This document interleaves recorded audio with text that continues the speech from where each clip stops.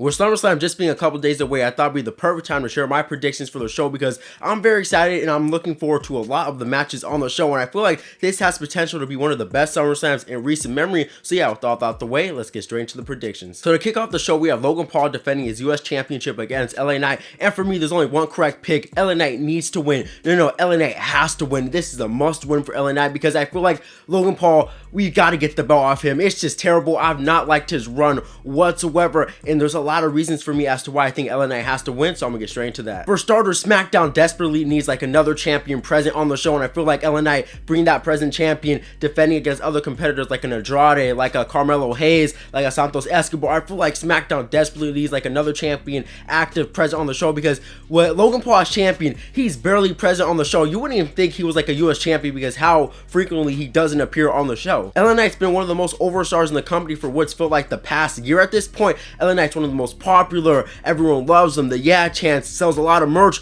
but yet it feels like he doesn't win those big matches. Besides kind of like that AJ Styles win at WrestleMania, LA Knight's not won a lot of big matches, and if he loses this against Logan Paul, I mean, really, for me, I feel like he's just stuck. I mean, after like all that lost momentum after Money in the Bank, it felt like LA Knight had to kind of recover, and he recovered, yeah, but if he loses to Logan Paul, I mean, we're just dragging at this point. You got to strike while the iron is still hot with LA Knight. We've all seen this coming for a very long time. We've known like the months, the builds, everything, the little teases here and there that LA Knight was going to be the guy that take the US Championship off Logan Paul. But if, just say once again, if he does lose, what's next? A rematch like at Berlin or like Bad Blood?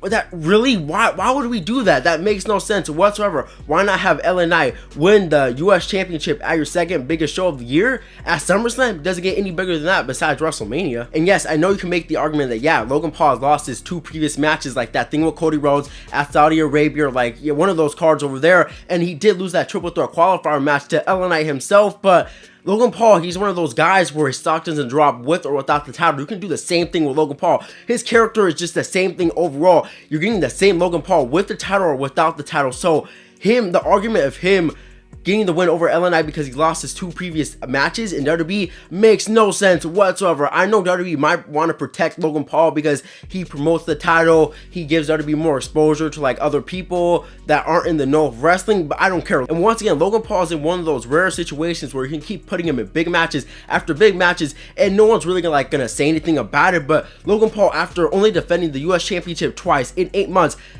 it needs to hold the division even more with all that great talent in there, like Apollo Crews, like a Baron Corbin, like an Andrade, like a Santos, like a Carmelo Hayes. I think I'll pass. I don't want to see Logan Paul with the championship anymore. I don't want to see Logan Paul hold any championship in WWE anymore because it's been terrible. This legitimately might have been one of the worst reigns I think I've ever seen in WWE or all of pro wrestling in history. This is terrible. 2 defenses in 8 months. And most of his work for me has just been so bad. This reign looks like this, not this reign, but the whole, I was looking at something over there. This whole promo, this whole, how do I say it? This whole program with Logan Paul, okay, that's how you say it. This whole program with LA Knight has been terrible. I do not like it whatsoever. Nothing besides LA Knight being in the pool of Logan Paul, that was like the only good thing for me. Everything else just feels, it feels like LA Knight can't go fully at Logan Paul because you know what kind of jabs he would say about him, but Logan Paul as champion has to end. I do not want to see this go anymore. If you have an argument for Logan Paul holding the championship even more, I honestly don't even want to hear it. Why? Just because you want LA Knight's crowning moment to be somewhere else? Because Logan Paul hasn't got a win in a while? Because Logan Paul's in Cleveland? Get out of here. That is just terrible all around. I know I'm going in a rant, but this legitimately, this Logan Paul as champion is so bad. I don't like him on TV. Yes, him in the ring, good, but him barely defending anything, him barely being shown on TV. And I mean, yeah, some of the stuff that just came about him saying all that stuff about the lady at the Olympics. I mean, yeah, he's not giving you good exposure that much anymore, but I don't care. Logan Paul needs to lose the title. I know I'm ranting at this point, but yeah, let's just go on to the next thing. But before I go on to the next match, I did say this in a past video. When LA Knight does win the US Championship, I want him to go against like a guy like a Santos Escobar because they've been teasing that's probably going to be his first challenger because I've said this in a past video. And the other thing I said in my video is the winner of like the Carmelo Hayes Andrade little segment, little thing we got going on over there, I want the winner of that to be another challenger for LA Knight, or you can have like a guy like an Apollo Crews who's really good, and I'm surprised everybody's even using him because like they've been burying him for a very long time. Baron Corbin, I love his moveset. Baron Corbin's still one of my favorites in the ring. any of those matches with LA Knight is going to be really good. And this is one thing I'm very excited about. When Logan Paul does drop the titles, a lot of these underutilized mid-card talents can pretty much come out the closet, give us banger matches, appear on TV even more, and the US Championship should hopefully be defended on pay-per-views even more. So yeah, I feel like everything overall with LA Knight getting the US Championship, I feel like you get more, and I just love that all around. So yeah, LA Knight is my prediction. He's going to beat Logan Paul, and we got a new US Championship, and on to the next match. Moving over to our next match, we have Bayley defending her WWE Women's Championship against Nia Jax, and for me, I'm still very undecided on this match because Nia Jax has been doing some of the best work of her career. You can't deny that. This is probably the best Nia's been in her run in WWE overall, but on the other hand, Bayley's reign has just been lacking, a lot left to be desired with it. But yeah, for my prediction on the match, I think I'm going to go with Nia Jax. I say that because whoever walks out WWE Women's Championship is honestly, for me, going to be a transitional champion to Tiffany Stratton. I feel like Tiffany Stratton is literally sealed in stars to get the WWE Women's Championship. It's just a matter of time. And I feel like if Nia Jax does win, you can tell that story with, since like they're all buddy-buddy now, you can do that thing where Nia Jax is constantly looking over her back and Tiffany Stratton's building up more and more anticipation for when she actually does cash in. I feel like we can tell more of a story like that. I feel like I'm all in for that. But to the people that do say that we might see a cash in, or we're going to get a cash in from Tiffany Stratton, I don't see that whatsoever because she hasn't even got her new briefcase yet, which is most likely to be like that pink Barbie briefcase. And I'm sure WWE wants to showcase that more. Her running around, running rampant with it, teasing a cash in more and more. And yeah, I feel like, are we going to get a cash in that early compared to what Drew McIntyre did? I feel like WWE wants to save that for like a couple more months later down the line. But I mean, SummerSlam is a big show, so I mean, why not? Going back to Bayley, it's just a shame that her title reign has not been it because that whole storyline with Damage Control and specifically Io Sky, I feel like that was good. Their match at WrestleMania was like one of the best matches on the card overall. Hold on. Oh, excuse me. I feel like her story and like her match with Io Sky was really good. But after that, we've got this big drop where WWE is not presenting her really good. She's a weak champion. She was barely getting shown on TV. Like, I made a video, a couple months after where I was ranking a couple champions, and Bayley was like one of the top 3 bottom because Bayley's reign has not been it. It was not it at the time. The only thing good was like that thing with that triple threat match at Backlash. That was probably like the highlight of it. Maybe that singles match with Io Sky, with Naomi, but everything else has been bad overall. Presentation, bottom of the barrel, everything overall, bottom of the barrel. No one, it seems like WWE doesn't even care about Bayley's reign as champion. But, and I mean a big but, pause, a reason why you can make the argument for Bayley retaining is because also, devil's advocate, there's still a lot left to be desired with it. You can also have that story with Naomi, and I feel like if Bayley isn't champion, what am I saying? What's the point of the story with Naomi? I feel like most of that revolves around Bayley being the champion and Naomi like kind of turning on her, being that next challenger. So what's the point of having that feud if Bayley isn't championship? What am I doing if Bayley isn't champion? I just completely forgot this thought, but yes, on last week's episode of Friday Night SmackDown, since Bayley did get pinned clean by Nia Jax, that is usually an indicator that Bayley will go over and will retain the championship.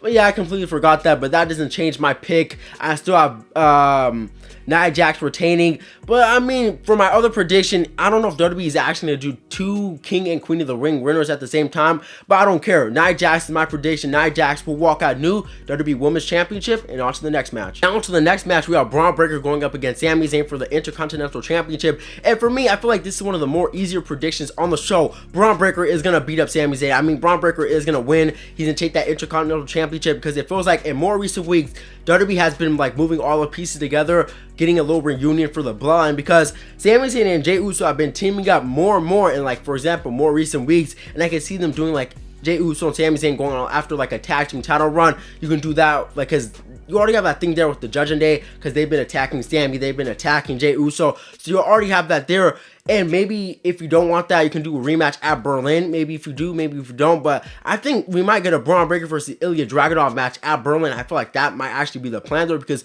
Braun Breaker did take out Ilya Dragunov. He speared the life out of him. So you can also do that match at Berlin, at Bash in Berlin. And I wouldn't mind it. I feel like that's just a good match there. The story of the match is pretty much what Braun Breaker said on Monday Night Raw is, has Sami Zayn lost focus after beating him at Money in the Bank because he's doing all the comedy stuff, this and that. But on the other hand, Braun Breaker, is he going to take Sami Zayn more seriously this time? Because that's a reason why like when Braun Breaker said that one of the reasons why he lost was he wasn't taking Sami Zayn seriously enough. But has any of those things changed? Has Braun Breaker taken him seriously? Has Sami Zayn lost focus? We're gonna find out. And for me, fuck it, I keep sweating, but it's so damn hot. But another thing is, if this match was a triple threat with Ilya Dragunov, I feel like it would have been harder to predict. But since it's a one-on-one match, I feel like Braun Breaker is going to go over, probably destroy him even more, even destroy him what he was supposed to do at Money in the Bank. So yeah, my prediction for the match is Braun Breaker will be the new Intercontinental Championship. Now to the next match. I just had to take a quick break, but we have Rhea Ripley versus Liv Morgan.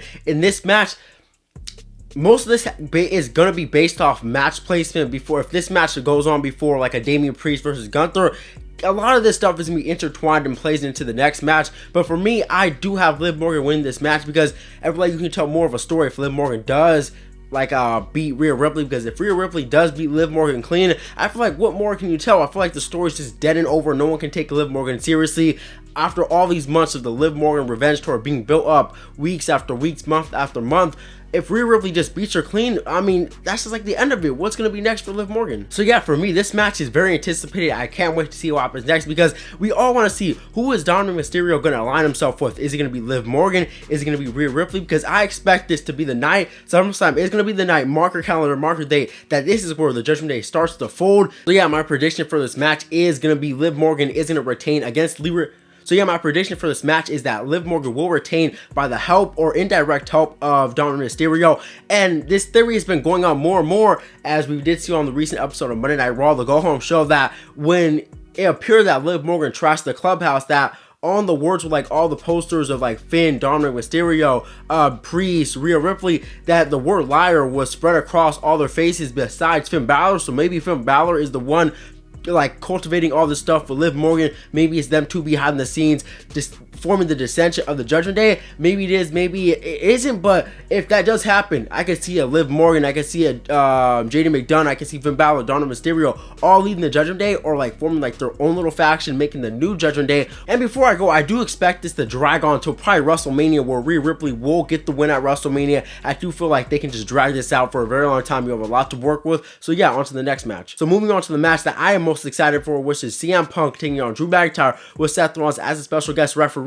And for me, I'm so damn excited to see this match. It's been built up for like 8 months at this point. We all want to see what's going to happen next. And for me, I feel like CM Punk, Seth Rollins is going to have some sort of impact of like the outcome of the finish, indirectly or just by accident. He's going to screw somebody, and I most likely see that he's going to screw CM Punk, setting up their feud for like a WrestleMania, because that was the feud that was going to be CM Punk's first feud back, like coming back to the WWE. And I feel like you can tell a lot of story there. It seems like Seth Rollins and CM Punk have the most amount of hatred for each other in this whole match, in this whole segment, this whole program with each other. So yeah, my prediction for this match is that Drew McIntyre will beat CM Punk. Drew McIntyre will finally get that big win. He will finally get that big win over CM Punk. CM Punk's been a hell.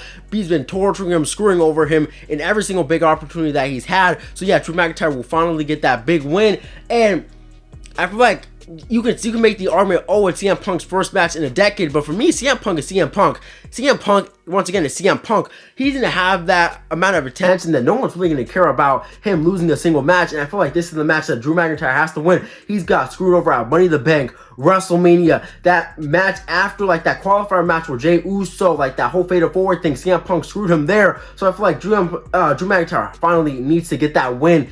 And once again, is Drew McIntyre going to look like a fool once again? No, I feel like somebody else is going to look a fool in this match. So yeah, I'm going to go into that point once again. And going back to the segment on Monday Night Raw where CM Punk and Seth Rollins were just mouthing off against each other, I can see this scenario where CM Punk's just mouthing off over and over to Seth Rollins, and Seth Rollins just gets fed up, accidentally hits somebody. But I want to see the scenario where Seth Rollins just straight out just curb stomps CM Punk, gets so pissed off, just curb stomps him. Maybe that happens, maybe it doesn't, but I have a couple things that I want to talk about, like a couple more things that I want to talk about this match. Just imagine the situation where Seth Rollins does accidentally screw CM Punk. Imagine the shot where Drew McIntyre is still laughing, Seth Rollins is disappointed, he doesn't know what he just did, and CM Punk's just pissed off. Just imagine that shot. That would just be cinema. I know the word gets overused so much, but that's actually what the word cinema should be described for. That's just to be a perfect scene, one of the best pictures in pro wrestling history. And I've been thinking about this situation a lot recently. I've been thinking to myself, imagine imagine the situation where CM Punk just values the bracelet so much, he values it over more of a win than Drew McIntyre, because you can see every single time Drew McIntyre holds it up in the air, CM Punk just gets more and more pissed off. So imagine the situation where CM Punk loses focus in the match because of the bracelet. Drew McIntyre gets the upper hand and beats CM Punk clean because of that. You can have a full circle moment, because every single time Drew McIntyre loses, it's because he loses focus of CM Punk, because CM Punk is there. Now you can tell the story of CM Punk losing focus because of the bracelet. And now on like the episode of Monday Night Raw afterwards, CM Punk is so disappointed, and Drew McIntyre can come out, bring up the fact that CM Punk lost focus, because CM Punk, every single time Drew McIntyre lost focus, I know I'm saying the word focus a lot, but every single time that happens, Drew McIntyre is so pissed off, but CM Punk comes out, tells him, Drew, you can't keep losing focus. Every single time you have your big moment, you think about me more than the moment. You think about me more than your wife. You think about me more than a championship. Now Drew McIntyre can bring that up, and guess what? That would just be great overall. CM Punk is pissed off. Drew McIntyre is laughing his ass off. Just imagine that scene. That would just be amazing. And on to the next match, we have Damian Priest defending his WWE World Heavyweight Championship against Gunther. I don't have no notes because I want to talk about like something. I just want to talk stuff straight out my mind for the last two matches. So for this match, just going off straight off my thoughts, this match has, for me, done a complete 180, because when this match was announced, for example, when Gunther won King of the Ring, I was in my classroom, I was thinking in my math class, okay, I don't know if Damian Priest will even be champion by the time Gunther and him do face off at SummerSlam. But okay, if he does win, if he is championship by that time, okay, what's going to happen? Because at the time, you can go back to my old YouTube videos, I was not a fan of Damian Priest whatsoever. I was saying I was not a big fan of him. I don't like his work. He's going to be like, oh, I'm very disappointed in myself for saying this, but I did say Damian Priest will be on the level of Jack Swagger as comparing to champions, transitional champions, one of the worst championships in recent memory. Yes, I know I said that. It was terrible. It's terrible then, and it was terrible now as the weeks and the months have gone by. But guess what? WWE has flipped me on Damian Priest. I love Damian Priest now. I love the presentation. He's built up like as a badass who doesn't care about the challengers in front of him. He'll go up to anybody. He'll confront them. He'll fight them. Same thing he did with Drew McIntyre on the Go Home Show. Same thing he did with Gunther on the Go Home Show. So overall, the presentation of Damian Priest has just been amazing overall. But for my prediction of this match, it still is the same. I still have Gunther winning the World Heavyweight Championship, walking into Berlin as the new World Heavyweight Champion. But you could also do the thing where Damian Priest beats Gunther, solidifies him even more, because most of the stuff I'm going to say about this match has already been covered in a past video. My thoughts have been the same. So maybe you can have Gunther lose to Damian Priest clean, because Gunther has not lost clean besides that Sami Zayn win in a very long time. So if Gunther does lose clean, Damian Priest's resume is solidified. He's already going to be one of the most remembered championships in a very long time. People are already going to love Damian Priest. Like, you can say, oh, what happens to Damian Priest if he does lose to Gunther? Nothing. Damian Priest is already solidified. Everyone loves Damian Priest. His solidified spot, he's already solidified in a main event spot. So if Gunther does lose to Damian Priest, fuck, I just touched my mic. Okay, I'm gonna say that once again. If Gunther does lose to Damian Priest, I mean, he's gonna win at Berlin. Gunther is gonna win here at SummerSlam or Berlin. But for me, Finn Balor there's gonna be some Judgment Day involvement. It's probably gonna be Finn Balor. But yeah, overall, I feel like Damian Priest will lose to Gunther, but his reign has been excellent. And if he does lose here, I mean, I really can't complain because his reign has been really good. But yeah, I do expect some Judgment Day involvement. And that's why my other prediction, I did say match placement is going to have some big involvement, because it either depends on if this match is going to go first before the rematch, or is this match going to go on after that. Because Judgment Day, mainly Finn Balor, I do expect Finn Balor to come out, screw Damian Priest, and you can have like that story there with I'm blanking sort with Finn Balor, because you already have a story there. I'm not going to say anything else about that. But for me, this match has a lot of anticipation. Another 50-50 match. I can't wait to see what happens, because this match is going to be match of the night. It's probably not going to even be close. Match of the night. And the story of this match is, once again, how will Gunther respond to the adversity? How will Gunther respond to have nothing to fight for? He has nothing. He's going to have to fight from the bottom. And how is Damian Priest going to respond? Because Gunther's a very different challenge compared to anybody else that he has wrestled. And I just love this overall. The build from this match has been really good. This is how you build up a good feud, build up sympathy for a good babyface like Damian Priest. Get a lot of heat on Gunther at the same time, because Gunther, all he had to say was Damian Priest was street trash. say he has to bring prestige back to the title because Damian Priest, a bum like Damian Priest, shouldn't have the title. It devalues the title a lot. So Gunther, his main focus, his main purpose in this match is to bring prestige back to the World Heavyweight Champion. And him winning the World Heavyweight Champion, it does bring a lot of prestige to the title. So I feel like I rambled a lot on this topic. So on to the next match. So on to the main event, we have Cody Rhodes versus Solo Sikoa. And this match, I mean, yeah, most of these matches were covered in a different video. Everything's just getting looped into here. Pretty much a recap for my thoughts on the show. But for me, this match, call me, no offense, call me a dumbass, but I'm honestly going to take Solo Sikoa. Something in my gut is pulling on me, telling me, take Solo Sikoa, and I'm going to take Solo Sikoa. This is going to be very different. I have Solo winning, and I know it's very unlikely that he is going to win. But for some reason, I have this epiphany that Solo is going to beat Cody Rhodes. I don't know what it is, but I feel like a lot of people don't even care for this match. I mean, I don't blame you. I mean, a lot of people, yeah, I don't blame you. But for me, this match, it's going to be filmed before the go-home show for Friday Night SmackDown, so I am expecting either a Jimmy Uso to come out, save DIY from the Bloodline, or returning Kevin Owens and Randy Orton. Maybe Randy Orton doesn't return that early, but I am expecting somebody on the go-home show on Friday Night SmackDown to have some input into this match between Cody Rhodes and Solo Sikoa. I said the same thing on that video. I'm saying the same thing on this video, but for me, I do have Cody Rhodes winning. No. What am I saying? I have Solo Sikoa winning, and either the return of Roman Reigns will happen this way. It probably won't happen this way, but for me, if Cody does win, Cody sneaks by, barely skates by, gets the win over Solo Sikoa, and after the match, everyone in the Bloodline is just beating down Cody. They're about to put him through the announce table, but then we hear the music of Roman Reigns or either Jimmy Uso or Paul Heyman just walks out with so much aura, says, "My name is Paul Heyman." I wouldn't be surprised, and I wouldn't even care about that because that's going to be so good. But on the other hand, we can do this thing where I know I'm rambling. I'm just thinking things straight off my mind. We can do this other thing where all the members of the Bloodline, we get a ref bump. Everyone's taken out. The members of the Bloodline are just beating down Cody Rhodes. Then we get the music of Roman Reigns. And my gosh, that's going to be one of the most iconic moments in recent memory. Roman Reigns coming out to save his old foe, Cody Rhodes, from the Bloodline. We get a lot of stare downs. We get a Roman versus Jacob Fatu stare down. We get a Roman versus Solo stare down. A lot of stare downs. But if Jimmy comes in, he can kick some ass too. But for me, overall, I'm more excited for like the ending of the match, what happens at the end of the match, because this match, I mean, the build has been okay. I mean, yeah, I do feel like this is the place for Roman Reigns to return, because Solo Sikoa, in his recent videos, his recent package videos, his little vignettes, he's been calling out Roman Reigns pretty much every single time for the most part, and this is probably going to build up to Roman Reigns coming back, surprising Solo Sikoa. And a lot of people have been saying maybe we get The Rock. I don't know if we want to lump in The Rock or Roman Reigns' return. I don't even know, because Cody Rhodes is already going to play second fiddle, and this is the time for Cody Rhodes to move on to a different story,